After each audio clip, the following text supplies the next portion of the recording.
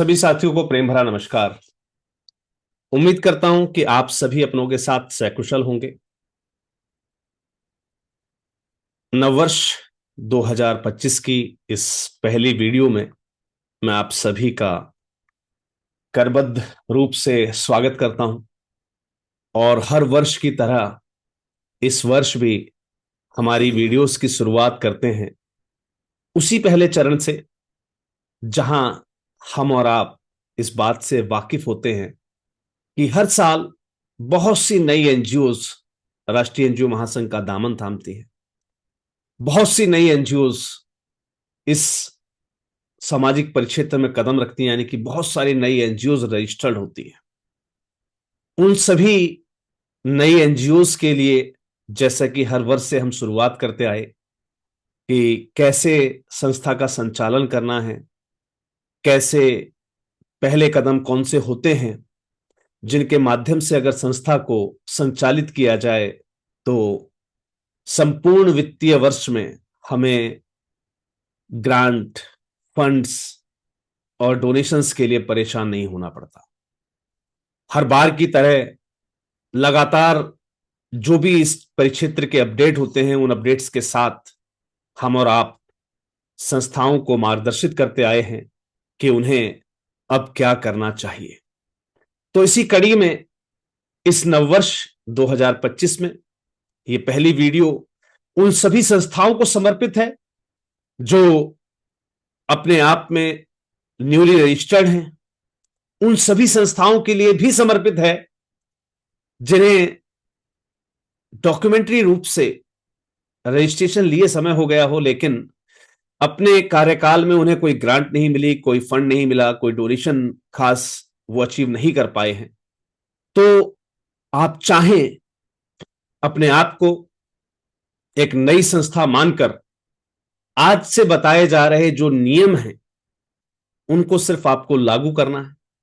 मैं आपको आश्वासित करता हूं कि संपूर्ण वित्तीय वर्ष में आपको फंड, ग्रांट्स और डोनेशंस की जो समस्याएं हैं उनसे रूबरू होने का आपको मौका नहीं मिलेगा अगर आप उसी कायदे और उसी तरीके के साथ अपनी संस्था को संचालित करते हैं जैसा मैं आज आपको बताने जा रहा हूं।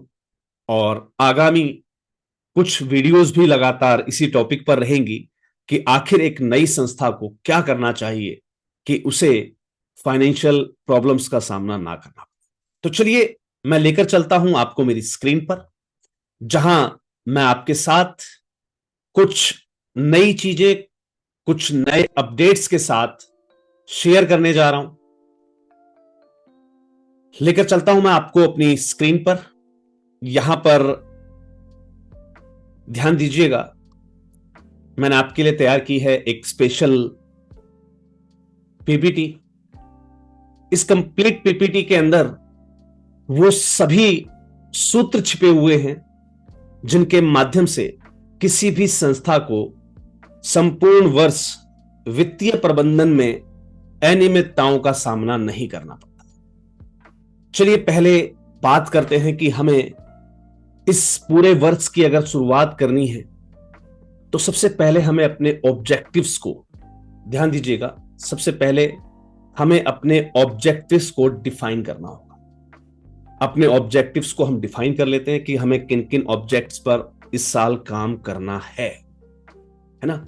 उन सभी की एक्टिविटीज को और थीम्स को हम डिफाइन कर लें कि हमें इन पर्टिकुलर ऑब्जेक्टिव्स पर क्या क्या काम करने हैं, हम क्या क्या काम कर सकते हैं। इन सभी चीजों का अंदाजा भी हम अपने वित्तीय प्रबंधन के साथ लगाकर चलेंगे।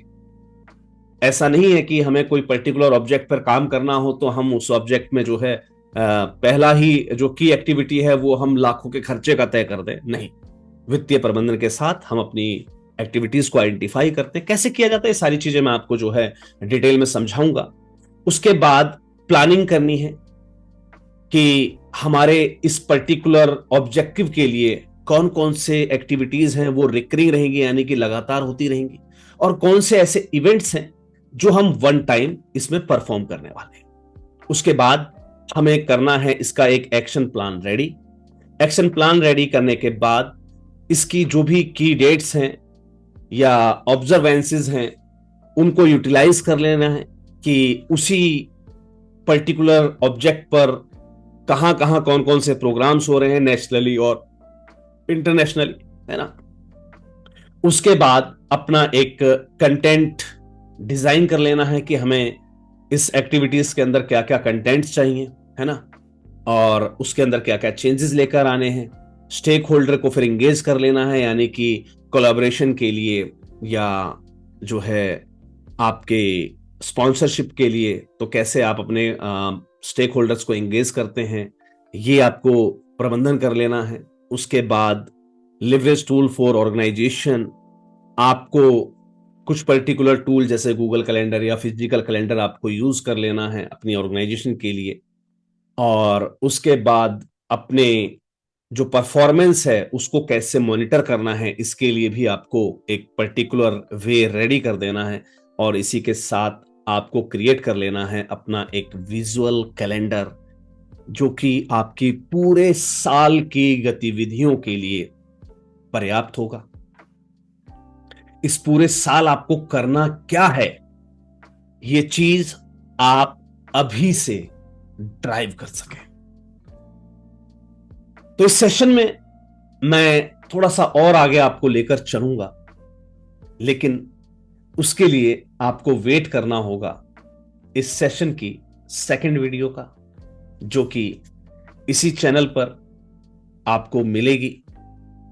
जैसे ही वो वीडियो अपलोड होती है आपके पास नोटिफिकेशन आ जाए, उसके लिए बहुत जरूरी है कि आप चैनल को जो है सब्सक्राइब कर लें, जो बेल आइकन है उसको प्रेस करके रखें, जिससे कि आपको ये नोटिफिकेशन समय से मिल जाए।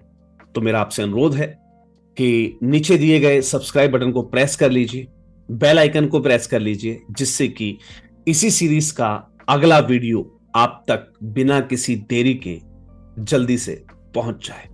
मिलते हैं अगली वीडियो में, जहां मैं आपको बताऊंगा कि कैसे एक सोशल कैलेंडर ड्राइव किया जाता है, कैसे फिर आगे हम बात करेंगे उनकी एक्टिविटीज की, कि किस प्रकार की एक्टिविटीज को हम इसमें रिफाइन कर सकते हैं, कैसे हमें ऑब्जेक्टिव्स डिफाइन करने होते हैं, कैसे हम एक्टिविटीज को परफॉर्म करते हैं, कैसे हम फंड रेजिंग मीट्स को पूरा करते हैं, कैसे हमें पहले ही दिन से हमारी एक्टिविटीज पर डोनेशंस और फंड मिलना स्टार्ट हो जाते हैं, और इन्हीं की एक्टिविटीज के माध्यम से हम सभी प्रकार की ग्रांट्स को लेने के लिए भी एलिजिबल हो पाते हैं।